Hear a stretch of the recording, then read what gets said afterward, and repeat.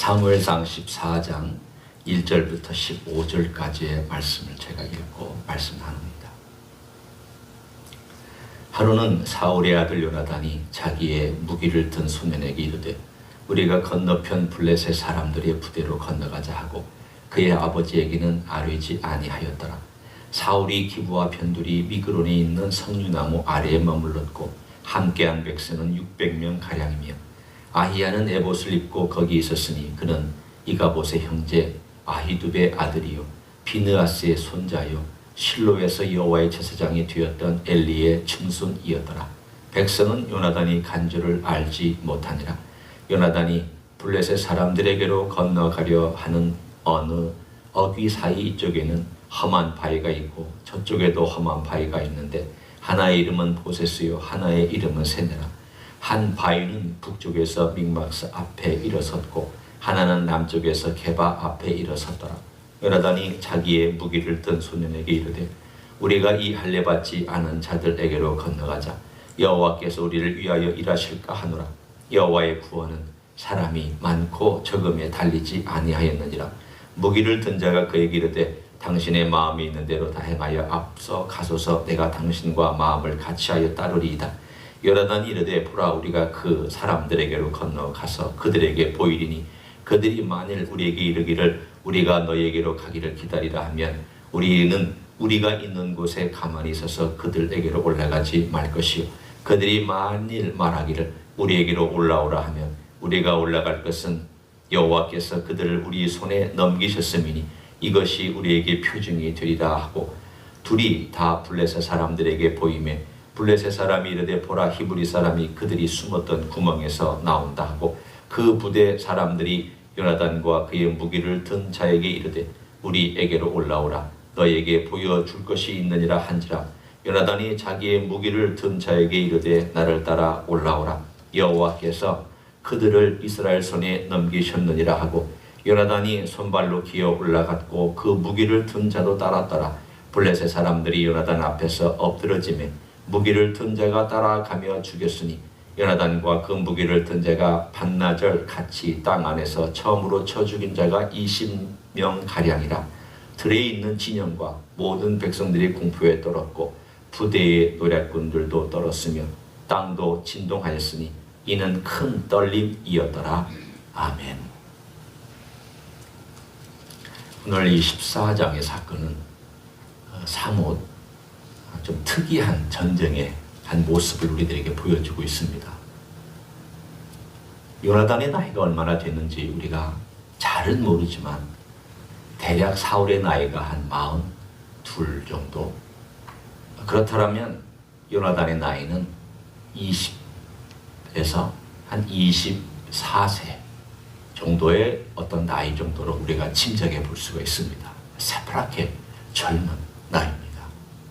그런데 오늘 이 14장에 나와 있는 이 새파랗게 우리가 젊다고 얘기하는 한창 젊다고 얘기하는 가장 강력한 힘을 가진 이 요나단이 얼마나 지혜롭고 믿음으로 행하고 있는지를 우리들에게 보여주고 있습니다. 600명가량만 남았습니다.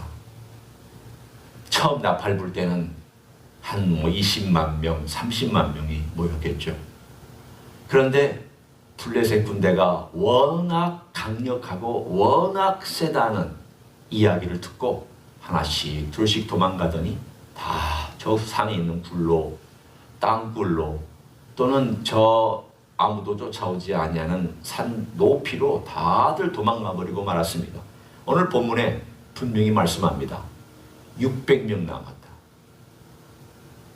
생각해 보십시오. 600명 가지고 전쟁을 치를 수 없는 이 사울의 답답한 마음. 전쟁을 해야 되냐 말아야 되냐. 그런데 오늘 거기에 보면 제사장의 에봇을 입고 있는 제사장 한 사람이 같이 있었고 뒤에도 가보면 하나님의 언약궤도 그 진중에 있었다라고 얘기하고 있습니다.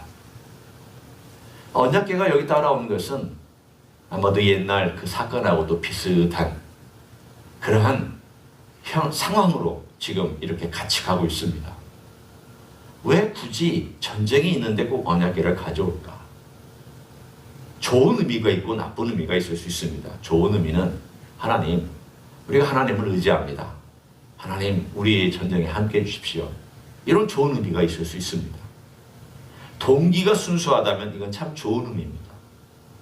그런데 동기가 만약 언약궤가 있으면 우리가 이길 수 있다 라고 그들이 생각했다면 홈리와 비느하스가 했던 행동하고 크게 다를 것이 없습니다.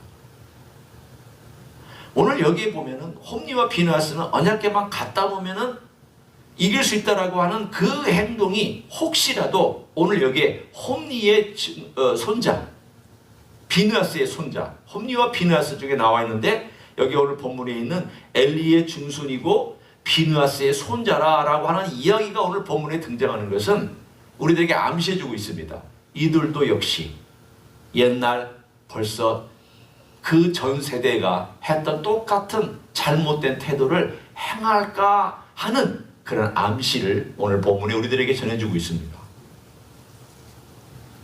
만일 요나단이 없었다면 그들은 똑같이 되었을 것입니다. 만일 한 사람이 없었다면 그들도 홈리와 비느하스가 행하였던 잘못을 똑같이 반복할 뻔했습니다. 어디서 알 수 있습니까? 한번 보십시오. 사울이 행한 행동을 보면 우리는 대략 짐작할 수 있습니다. 오늘 우리가 읽지 아니한 그 뒷부분에 나오는 내용을 먼저 한번 살펴봅니다. 어디에서 우리가 볼 수 있는가 하면 18절 제가 읽어보겠습니다. 사울이 아이에게 이르되 하나님의 궤를 이리로 가져오라 하니 그때 하나님의 궤가 이스라엘 자손과 함께 있습니다. 사울이 제사장에게 말할 때에 블레셋 사람들의 진영에 소동이 점점 더한지라 사울이 제사장에게 이르되 내 손을 거두라. 오늘 여기에 거두라, 오늘 여기 나와 있는 이 내용이 무엇일까요? 오늘 사울이 행하고 있는 행동을 가만히 보면 하나님의 언약궤가 진중에 있어서 그 언약궤가 있음으로 인해서 하나님께 뭔가를 물어보려고 했다가 저 이스라엘 진영에 지금 소동이 일어나고 그들끼리 죽이고 있는 모습을 보면서 사울이 너 손 기도할 필요 없다. 지금이 기도할 때 아니다. 하나님께 물어볼 필요 없다.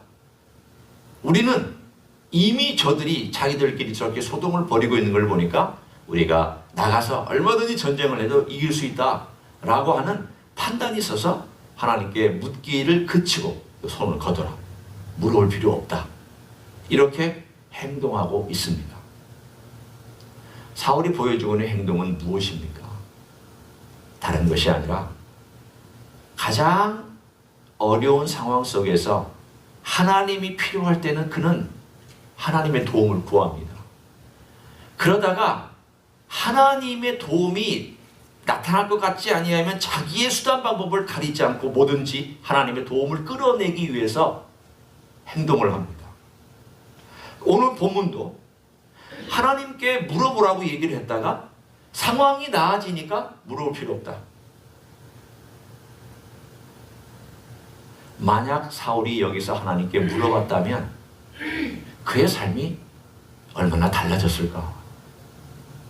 물론 그것은 그의 중심에 있는 것을 그가 행하기 때문에 그의 행동이 바뀌려면 그 안에 있는 동기와 그의 중심이 바뀌어져야 그 행동이 바뀌겠지만 그러나 참 안타까운 이야기들이 계속해서 하나씩 하나씩 등장합니다. 무엇을 보여줄까? 사울의 마음속에 있는 내면의 세계를 우리들에게 행동으로 보여주고 있습니다. 하나님께서 우리의 삶 속에서 우리의 내면을 보여주실 때가 있습니다. 우리는 우리 내면을 잘 모를 때가 참 많습니다.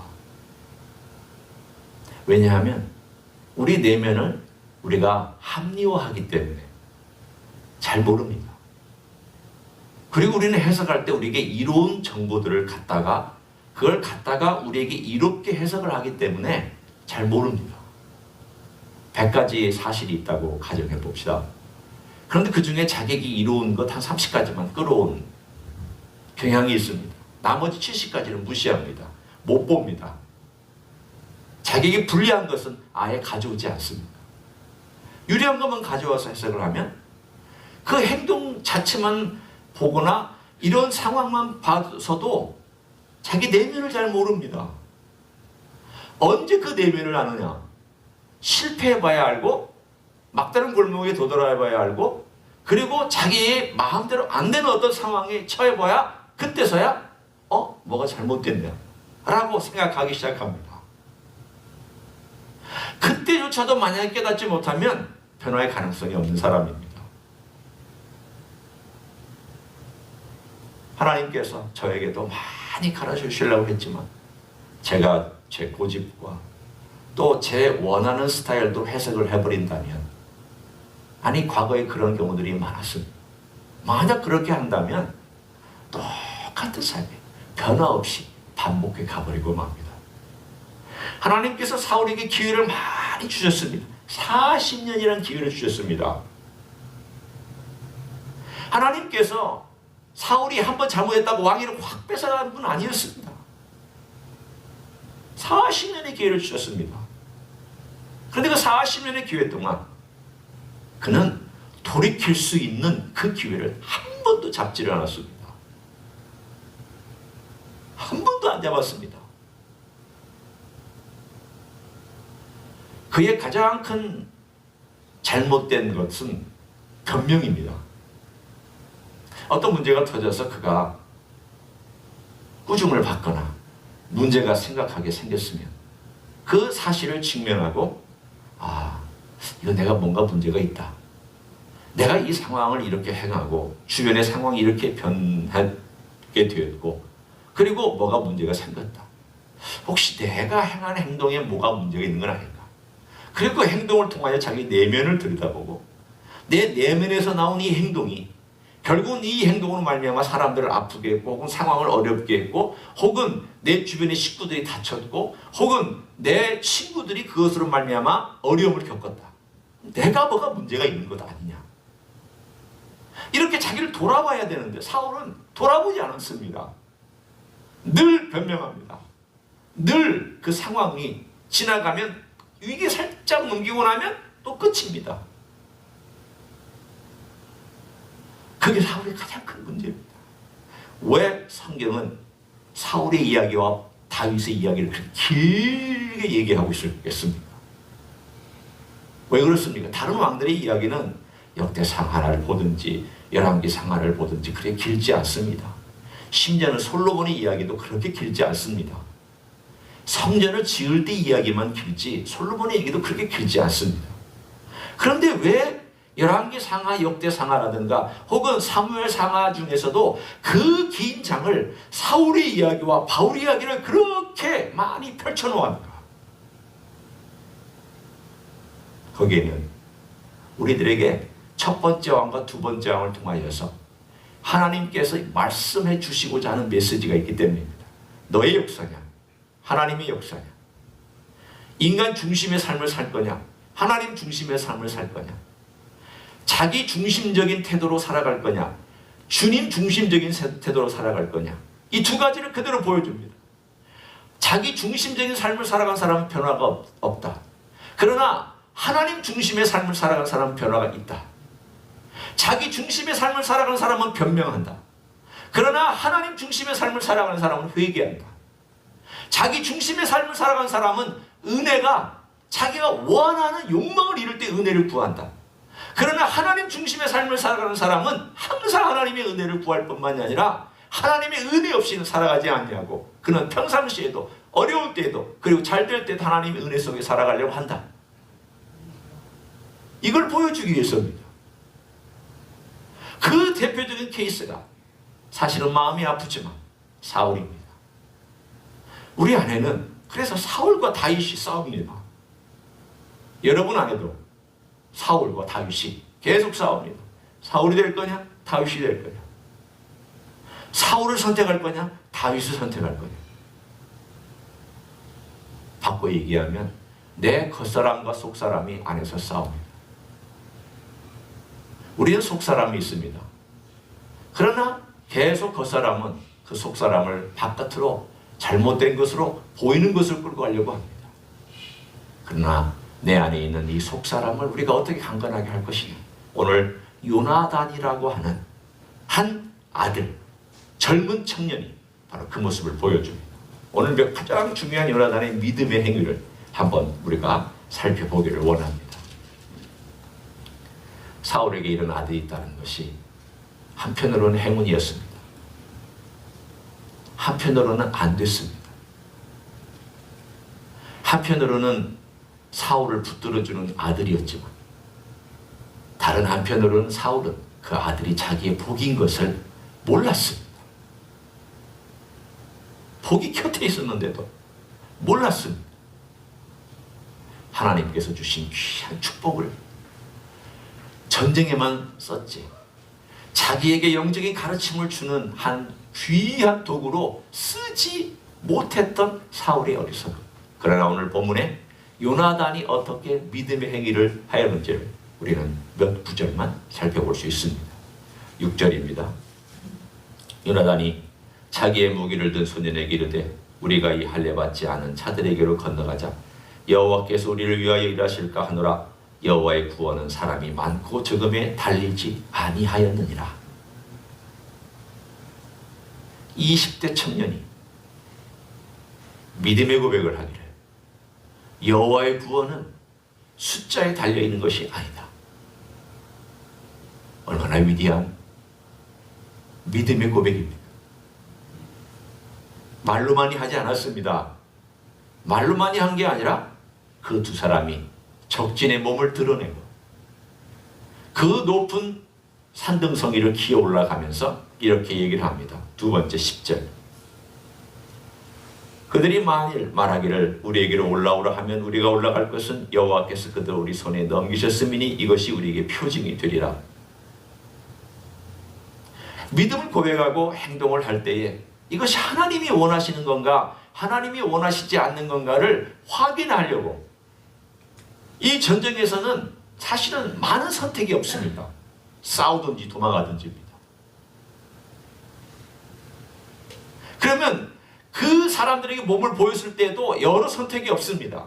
그들이 내려오든지 우리가 올라가든지.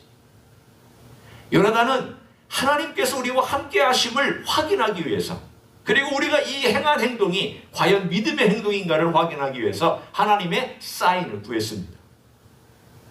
그랬더니 하나님께서 그 적진에 있는 사람들을 통하여 사인을 보내주셨습니다. 그러자 올라가자. 하나님께서 우리에게 맡기셨다. 여러분 두 사람이 올라가는 것이 무모한 도전입니다. 말도 안 되는 도전입니다.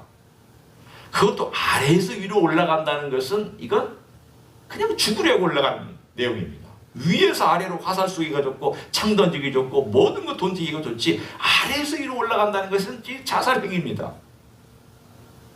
그런데도 그들은 하나님을 신뢰하고 올라갔습니다.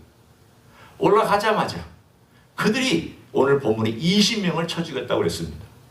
그리고 나서 오늘 본문에 있는 한 구절이 오늘 하나님께서 역사하신 이야기입니다.